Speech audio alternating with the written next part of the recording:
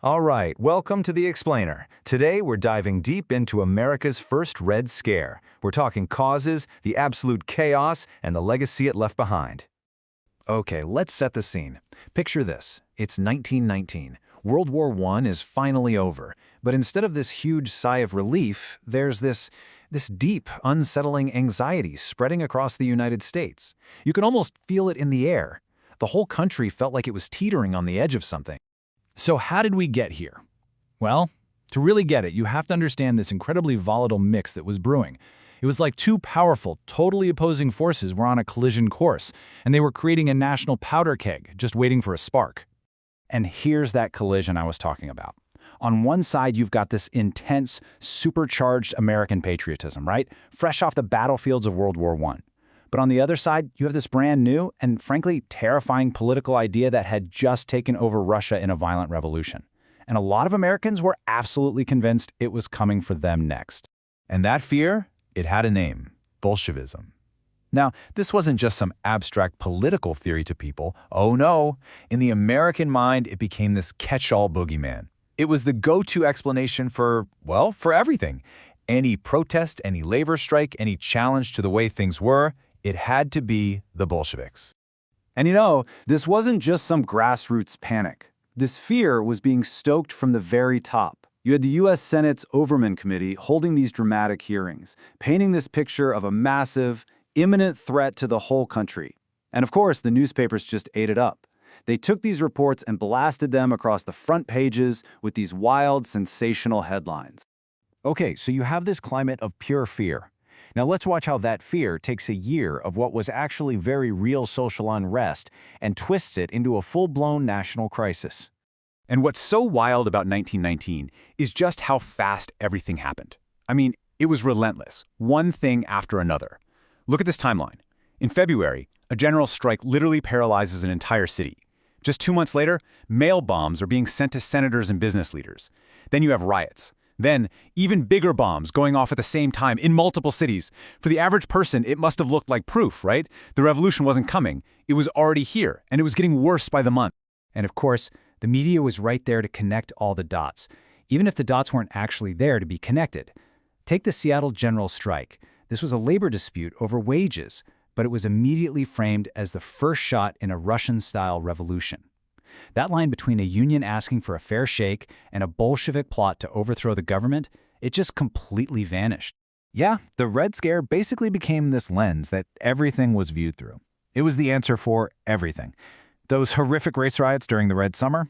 Oh, federal officials blamed Bolshevik agitators stirring up trouble. The Boston police going on strike? President Wilson himself called it a crime against civilization. You see the pattern? Any kind of organized dissent, any group pushing back was immediately labeled as anti-American, as part of this bigger, scarier plan. So, with all this hysteria reaching a fever pitch, it was only a matter of time before the government stepped in. And boy, did they. This was going to be an unprecedented crackdown, and it was all spearheaded by one man who had been personally caught in the crossfire. This is Attorney General A. Mitchell Palmer. An anarchist bomb literally blew up on his doorstep. So for him, this was personal. And with huge public pressure to do something, he organized the Justice Department with the help of a very young, very ambitious J. Edgar Hoover to launch a massive counterattack on these radicals. And that response became known as the Palmer Raids. And the scale of this thing, it was just staggering. We're talking about roughly 3,000 people arrested. Over just a couple of months, federal agents and local cops were rounding up thousands of suspected radicals. And get this, it was often without warrants, based not on what they'd done, but on their political beliefs. So what happens after the arrests? Deportations. The most infamous case was this ship, nicknamed the Soviet Ark. They packed 249 people, including famous anarchists like Emma Goldman, and shipped them off to Russia. And you know what the mainstream press thought? They loved it. You see quotes like this from newspapers basically saying, "Good riddance, and let's hope more ships like this are on the way." But here's the crazy part. After all that, all the raids, the headlines, the fear, the whole panic just fizzled out. It collapsed almost as fast as it started. So what on earth happened? Well, Attorney General Palmer, he decided to go all in. He put his credibility on the line. He issued this incredibly dramatic warning, claiming his department had solid intel that a massive, violent, nationwide revolution was planned for May Day 1920. So police departments, militias, they all braced for the worst. The country held its breath. And then, crickets. Nothing. Not a single incident. The silence was deafening. Palmer went from being the nation's protector to a national punchline overnight. I mean, the same newspapers that had been screaming about the Red Peril were now openly mocking him and his handmade bogey. The scare had just run out of steam. The public's fear had turned into pure exhaustion, and maybe a little embarrassment. But don't think the story ends there. Oh no. Because while the scare itself was over, it left behind this deep, permanent scar on a really fundamental part of American policy: immigration. See, this fear of foreign radicals wasn't happening in a vacuum.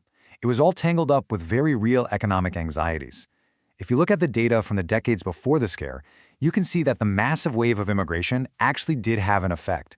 It was depressing wages for some lower-skilled American workers.